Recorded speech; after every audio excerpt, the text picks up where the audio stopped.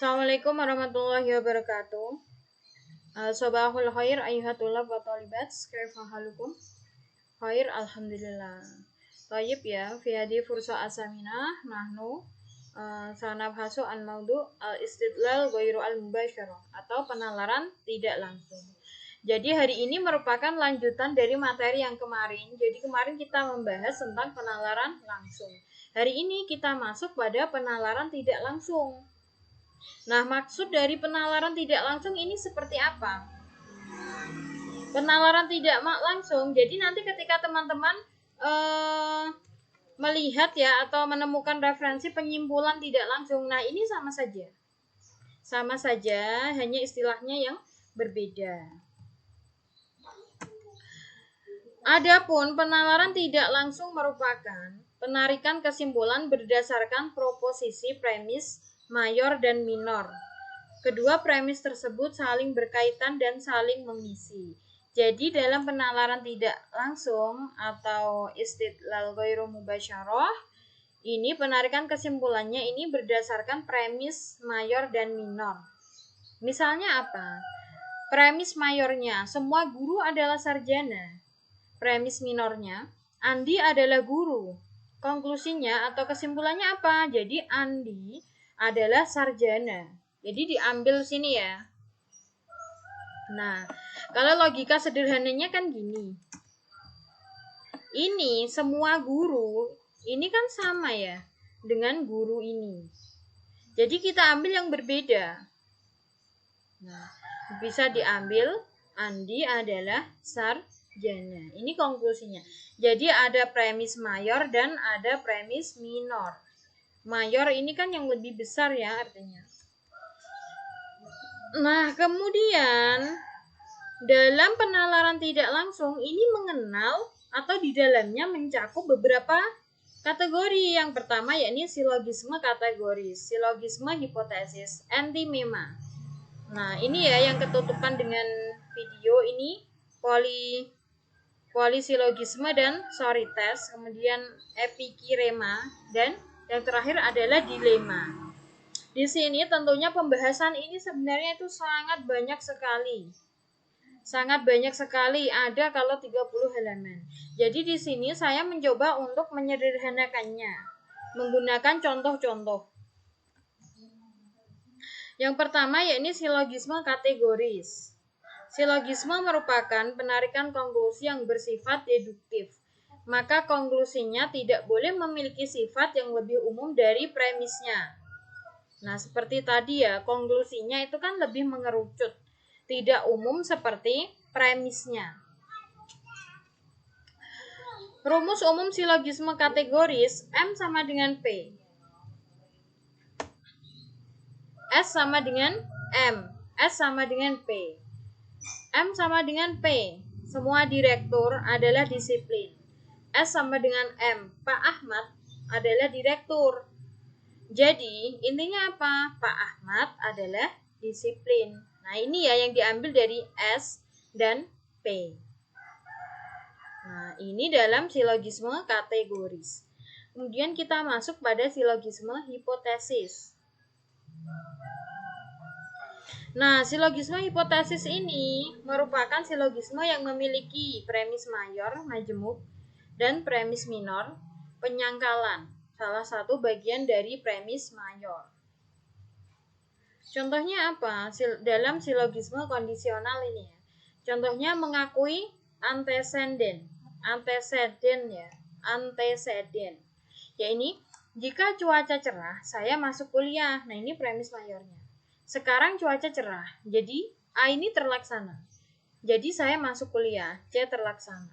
Nah, ini yang mengakui anteseden. Kemudian ini yang tidak mengakui. Contohnya, jika cuaca cerah, saya masuk kuliah. Sekarang cuaca tidak cerah. Ini artinya kan tidak mengakui. Jadi saya tidak masuk kuliah. Atau saya masuk kuliah. Konklusinya tidak sah. Kemudian silogisme disjungtif. Contohnya apa? Yang berupa pengingkaran ya. Ini ia berada di kelas atau di kantin. Ternyata tidak berada di kantin. Jadi ia berada di kelas. Ini berupa pengingkaran atau mengingkari. Yang kedua, yakni premis minor, mengakui. Nah, ini yang sifatnya mengakui. Nah, ini kan minornya tidak mengakui, sedangkan konklusinya ini mengakui atau ya ini mengakui ya. Nah, premis minornya yang mengingkari. Ia berada di kelas atau di kantin. Ternyata berada di kantin. Ini kan berarti minornya mengakui premisnya, sedangkan konklusinya ini mengingkari. Jadi ia tidak berada di kelas. Nah, ini yang disebut dengan silogisme disjungtif.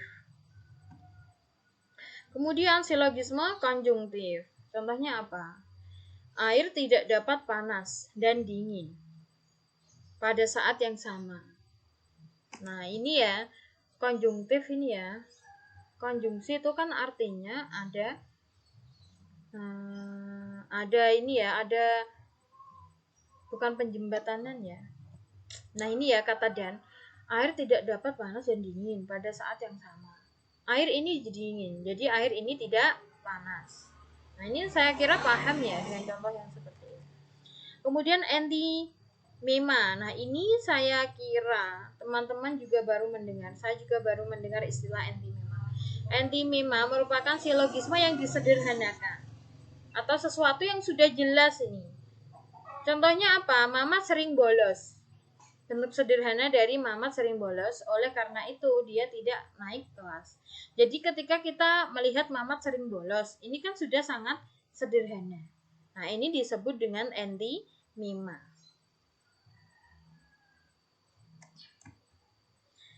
Polisilogisme dan sorites. Poli ini kan banyak ya. Jadi sebenarnya polisilogisme ini ya silogisme yang banyak atau silogisme yang tidak beraturan. Contohnya, orang baik S adalah yang suka menolong M. Orang yang suka menolong M adalah orang yang berjiwa sosial P. Orang baik adalah orang yang berjiwa sosial adalah dermawan. Nah, ini selanjutnya nanti dilanjutkan. Misalnya apa? Misalnya orang yang berjiwa sosial adalah orang yang apa? Atau orang yang dermawan adalah orang yang apa, seperti itu. Jadi ini selalu muter-muter karena tidak beraturan.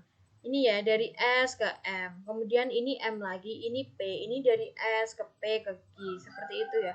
Jadi nanti berulang-ulang dalam polisilogisme. Kemudian sorites. Nah, sorites ini merupakan silogisme yang premisnya terdiri dari dua proposisi. Contohnya, orang baik S adalah orang yang suka menolong M. Orang yang suka menolong adalah orang yang berjiwa sosial. Orang yang berjiwa sosial adalah orang dermawan. Orang dermawan disukai banyak orang. Nah, intinya menjadi orang baik disukai banyak orang. Nah, ini ya, diambil dari sini. Dan yang terakhir ini, di R. S dan R. Ini orang baik disukai banyak orang. Nah, ini yang disebut dengan sorites. Kalau polisilogisme tadi itu kan tidak beraturan karena banyak mutar-mutar kayak itu ya. Epikirema. Jadi silogisme disebut epikirema jika salah satu premis atau kedua premis dalam silogisme berupa antimema yang terdiri atas kesimpulan dengan salah satu premis. Contohnya, semua anak kelas 3 tinggal kelas karena tidak lulus ujian.